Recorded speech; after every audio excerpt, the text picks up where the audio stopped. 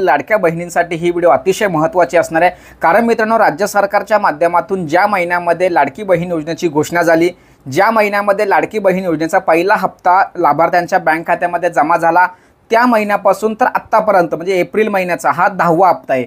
या 10व्या हप्त्यापर्यंत म्हणजे 9व्या हप्त्यापर्यंत लाभार्थ्यांच्या बँक खात्यामध्ये हे पैसे महिन्याच्या प्रत्येक महिन्याच्या शेवटच्या आठवड्यामध्ये म्हणजे महिना संपायच्या अगोदर लाभार्थ्यांच्या बँक खात्यामध्ये हे पैसे जमा होत आलेले आहेत।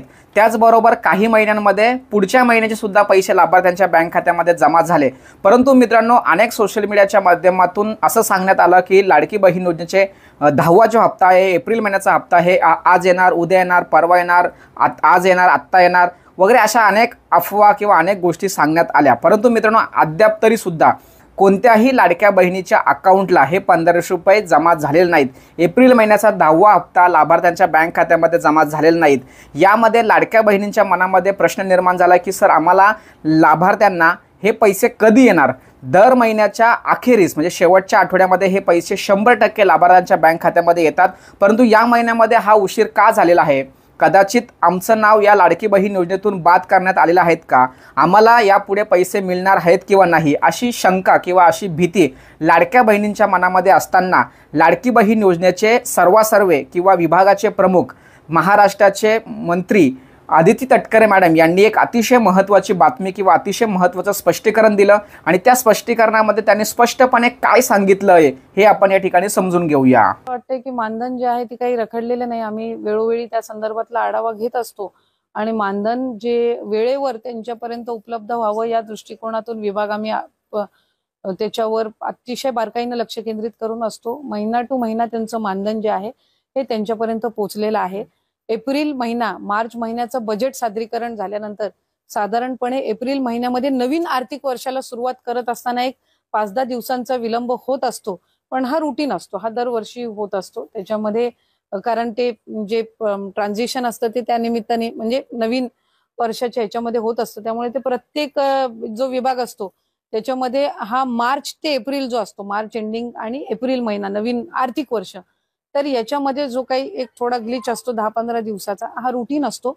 पण मानधन कुठल्या महिन्याचं त्यांचं रखडत नसतं आणि आम्ही त्या संदर्भामध्ये अतिशय लक्ष केंद्रित म्हणजे प्रॉपर त्याच्यावर आम्ही लक्ष ठेवून। तर मित्रांनो, अशा पद्धतीने लाडकी बहीण योजना ही लेट का होत आहे? कारण मित्रांनो, आर्थिक वर्ष संपलेलं आहे। आर्थिक वर्ष संपल्यानंतर पुढील आर्थिक वर्ष सुरू होण्यासाठी पूर्ण लेखाजोखा, मागणीपत्र किंवा लेखाशीर्ष मंजूर करून घ्यावा लागतो आणि या लेखाशीर्षाच्या माध्यमातून हे पैसे लाभार्थ्यांच्या बँक खात्यामध्ये वाटप करावे लागतात।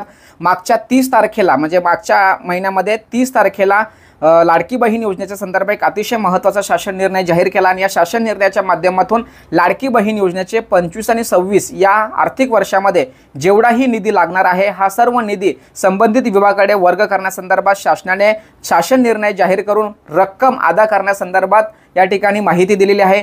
त्यामुळे आता हे लाडकी बहीण योजनेचे पैसे 1, 2, 3, 4 दिवसामध्ये 100% तुमच्या बँक खात्यामध्ये जमा होतील। काही कारणामुळे, जे कारण आत्ता या ठिकाणी आदिती तटकरे मॅडम यांनी स्पष्टपणे सांगितलं आहे, नेमकं हे पैसे लेट का होत आहेत आणि हे कधी पैसे येतील या संदर्भात लवकरच याविषयी अपडेट देणार, अधिकृत माहिती येणार। आपल्या चॅनलवरती या संदर्भात अपडेट आल्यानंतर माहिती तुमच्यापर्यंत पोहोचवली जाणार। ती माहिती तुम्हाला मिळावी यासाठी आत्ताच आपल्या चॅनलला सबस्क्राईब करा। अशा पद्धतीने मित्रांनो, लाडकी बहीण योजनेचे एप्रिलचा 10वा हप्ता लेट का होत आहेत, का जमा झालेला नाही, त्याचं नेमकं कारण काय आहे हे आपण या ठिकाणी समजून सांगण्याचा प्रयत्न केला आहे। सदर व्हिडिओ, सदर माहिती महाराष्ट्रातील सर्व लाडक्या बहिणींसाठी अतिशय महत्त्वाची असल्या कारणाने ही माहिती त्यांच्यापर्यंत पोहोचवण्यासाठी सहकार्य करा। भेटूया पुढील व्हिडिओसह, तोपर्यंत धन्यवाद। जय हिंद, जय महाराष्ट्र।